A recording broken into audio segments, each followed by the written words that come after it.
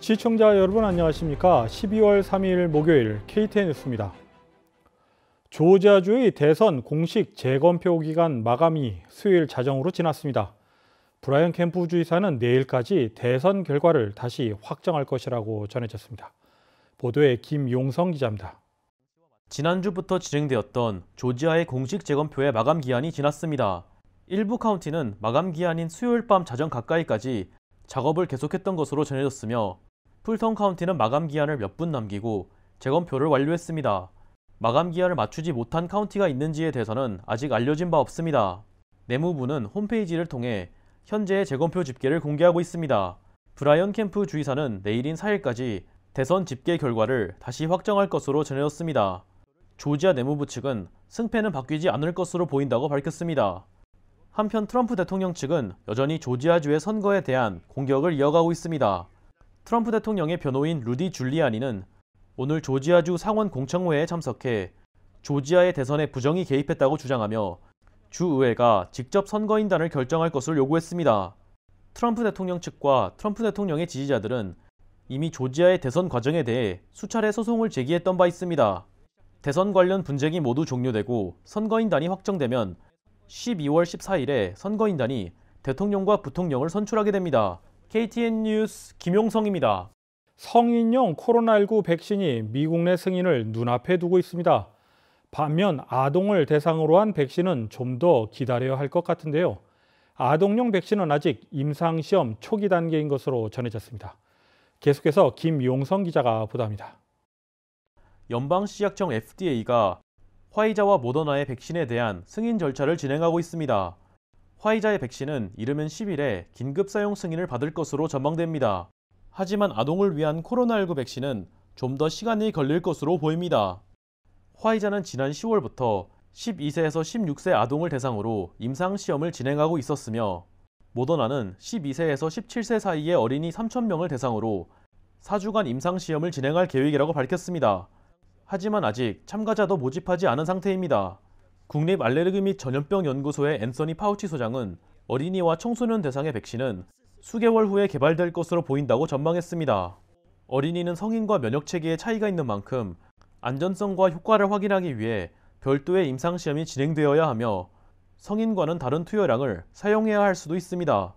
한편 봄학기 전에 백신을 접종하기 어려울 것으로 보여 교육계에서는 고민이 깊어지고 있습니다. 3일 기준 조지아의 17세 이하 코로나19 확진 환자는 누적 41,540명입니다. KTN 뉴스 김용성입니다.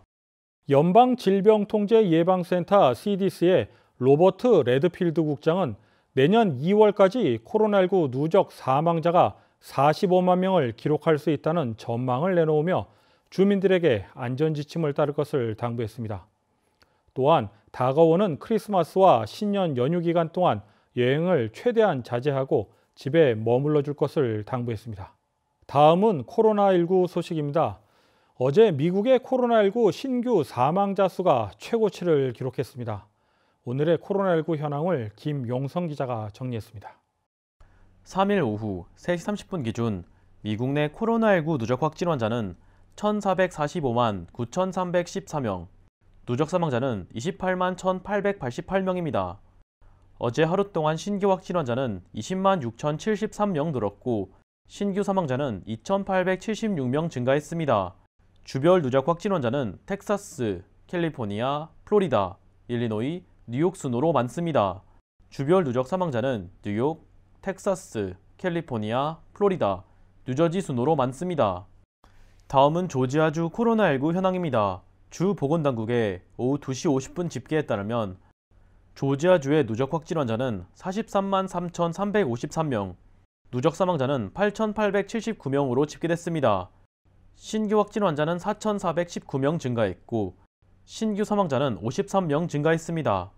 항원검사 양성 판정자는 누적 54,625명, 신규 1,628명입니다. 다음은 카운티별 집계입니다. 풀턴 카운티 누적 확진 환자 38,494명, 누적 사망자는 675명입니다. 2일에서 3일 사이에 신규 확진 환자는 393명 늘었고 신규 사망자는 4명 늘었습니다.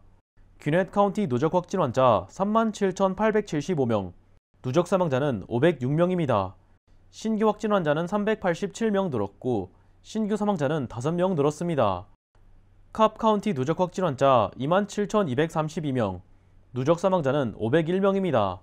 신규 확진 환자는 326명, 신규 사망자는 2명 늘었습니다. KTN 뉴스 김용성입니다.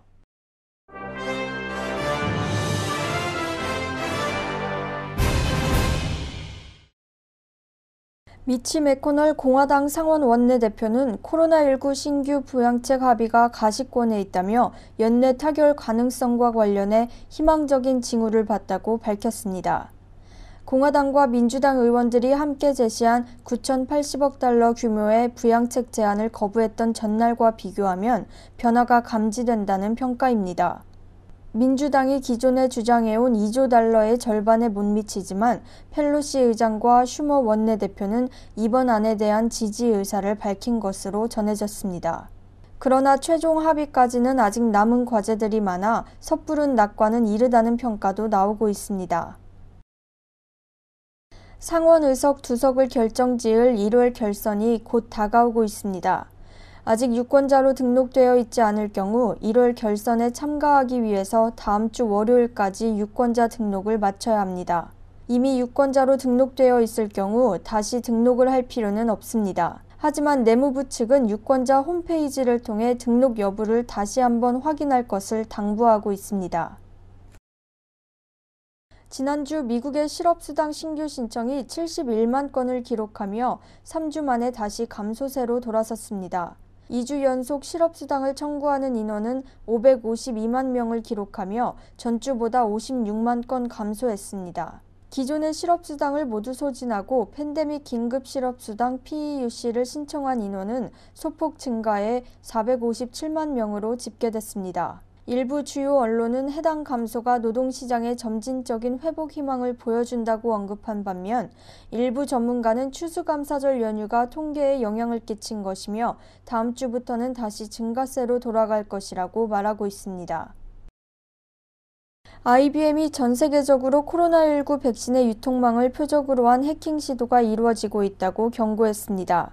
또한 코로나19 백신의 콜드체인과 관련된 조직을 대상으로 하는 개인정보 불법 해킹 활동을 적발했다고 밝혔습니다. 콜드체인은 백신을 보관하고 운송하는 동안 적절하게 온도를 제어해 백신의 안전성을 보장하는 역할로 백신 공급망의 핵심적인 구성 요소라고 할 수 있습니다.